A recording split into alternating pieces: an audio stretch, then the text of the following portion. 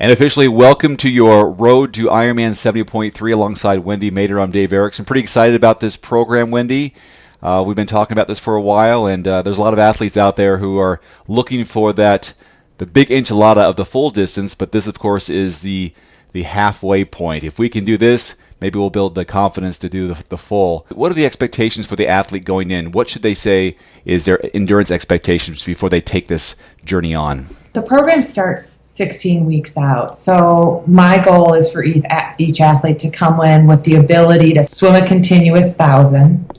I use swimming distance, but I think for time, I use biking and running time. So running 45 minutes continuously and biking 90 minutes continuously.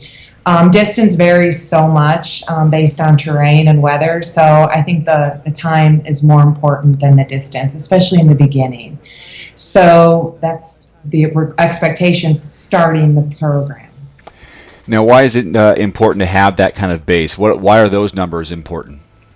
Well, the first week of any training program for 70.3 or Ironman, I like to start with some baseline fitness tests. So the first test is a 1,000-yard or meter swim. If an athlete can't do that, then not to say they can't do a 70.3, but because that's my baseline test the first week, I would hope that they can do that at least that much. If not, it's baseline. We know where they're at, or they know where they're at if they can't complete 1,000.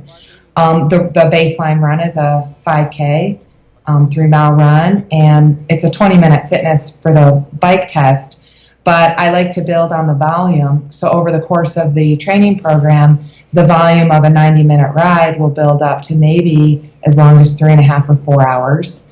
The run will build up to about a 2-hour run, and the swim will build up to about 3,000 over the course of the 16-week plan that I've developed. How important is it for someone to have done multiple triathlons leading up to this, or even a couple of Olympics? Can you start from no triathlon experience at all, and besides having this endurance base? You can. People do all the time. People are, there's an Ironman craze out there. People, when they think triathlon, they do think Ironman, at least from my experience. So I would prefer athletes who have at least one or two sprint distance and or one Olympic distance experience, but it's not necessarily required.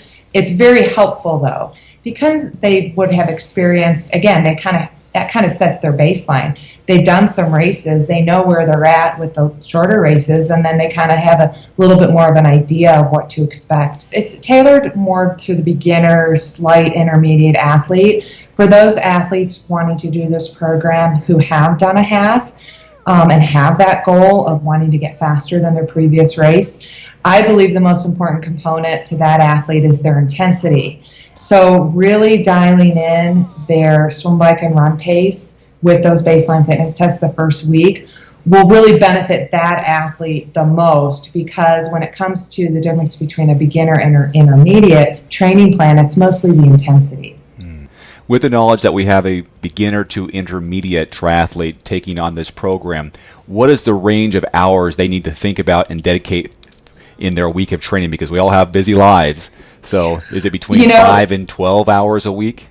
There is a range, and I like to say the range is about 6 to 12. Okay. Up to 15. Again, for those intermediate athletes, an intermediate athlete could already be at 12, and they want to bump it up to 15. I think maximum for 70.3 is 15 hours. That's a lot for a 70.3, but we're all different. We all define beginner and intermediate a little bit differently, but my program is going to be within that 6 to 12 range, again, stepping it up slowly. So in that second half, that second 8 weeks of the program, we're going to be more in that 8 or that 10 to 12 range.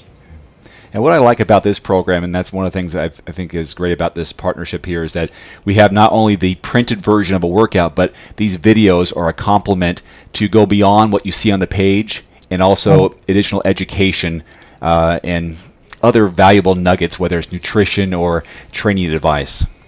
Exactly. I like to educate athletes I coach. I'm not really a big fan of generic programs, but I think what we're doing makes them a little bit more personalized because we're doing the educational videos. And so each week the athlete's going to understand the purpose, the intensity, and why we're doing what we're doing. Instead of just kind of looking at the numbers and saying, I don't know what that means, we're going to explain it. And each week we'll have a individual video associated with it. So week 16 has its own video, and week 1 has its own video. So I'm pretty excited about this. I am too. All right, Wendy, let's get started. Thanks.